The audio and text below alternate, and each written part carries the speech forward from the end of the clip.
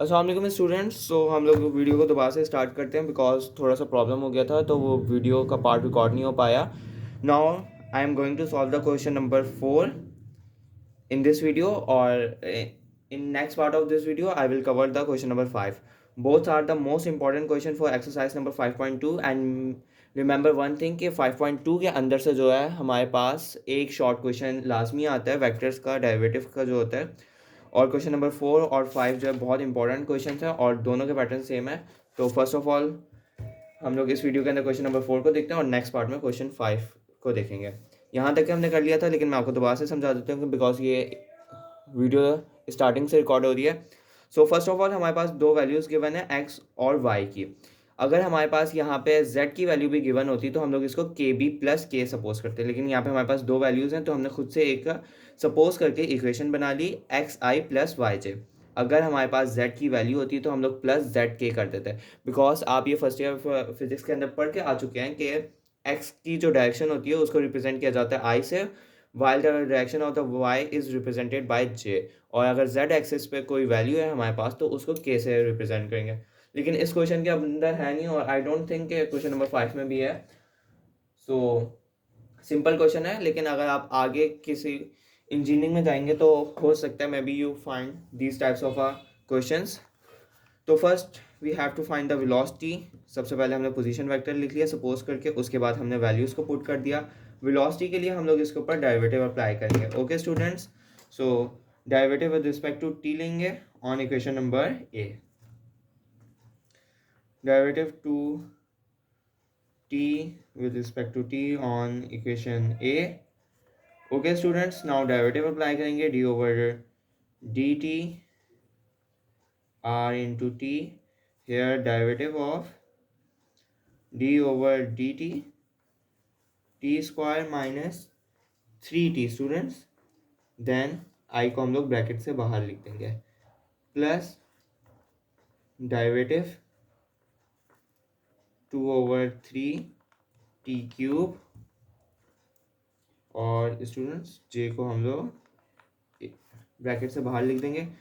Derivative क्या आ जाएगा हमारे पास, टी क्यूब का आ जाएगा हमारे पास 2t, while the derivative of 3 minus 3 होगा, इसके होल ब्रैकेट में करके आप i लिख दें। देन इसका डेरिवेटिव हो जाएगा 2 over 3 और t3 हो जाएगा हमारे पास 3t स्क्वायर, तो ये 3 और ये 3 कैंसिल हो जाएगा और ये होगा हमारे पास j। हमारे पास जो डेरिवेटिव आया है d over dt। स्टूडेंट्स अगर आपके कोई भी क्वेश्चंस होते हैं तो आप जो है कमेंट सेक्शन में मुझसे पूछ सकते हैं, अदरवाइज आप मुझे इंस्टा पे भी डीएम कर सकते हैं।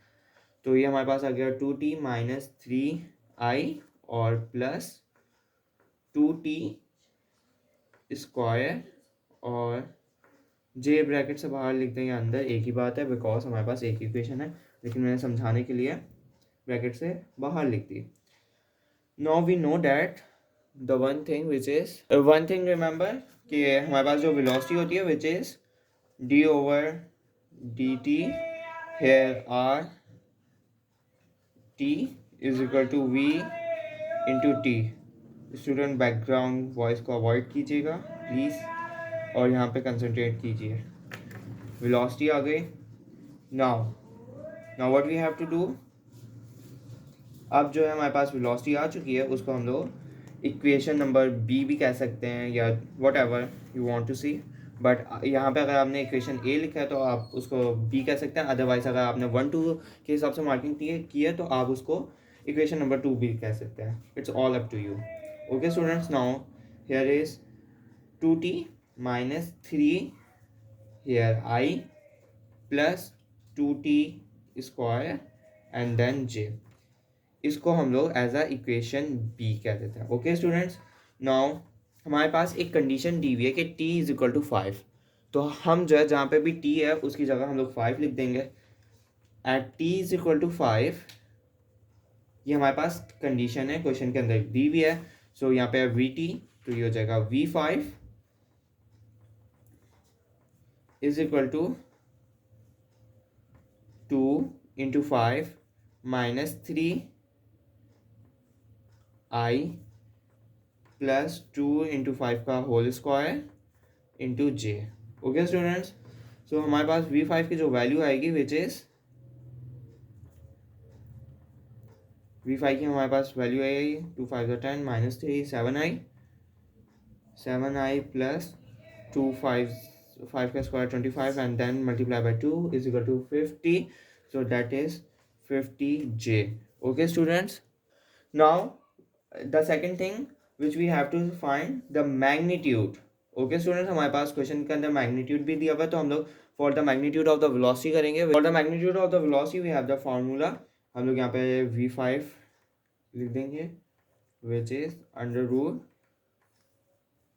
x और y का जो भी है उसके साथ वैल्यूज़ है उसका स्क्वायर ले लेंगे और उनको प्लस कर देंगे। 7 का स्क्वायर प्लस 50 का स्क्वायर, तो आप इसको कैलकुलेटर में सॉल्व करके देख सकते हैं। तो हमारे पास आएगी V5 की वैल्यू जो आ रही है विच इज़ V5 का होल स्क्वायर हो जाएगी, नहीं V5 का स्क्वायर नहीं है, V5 की वैल्यू जो आ रही है हमारे पास विच इज़ अंडर रूट 2549।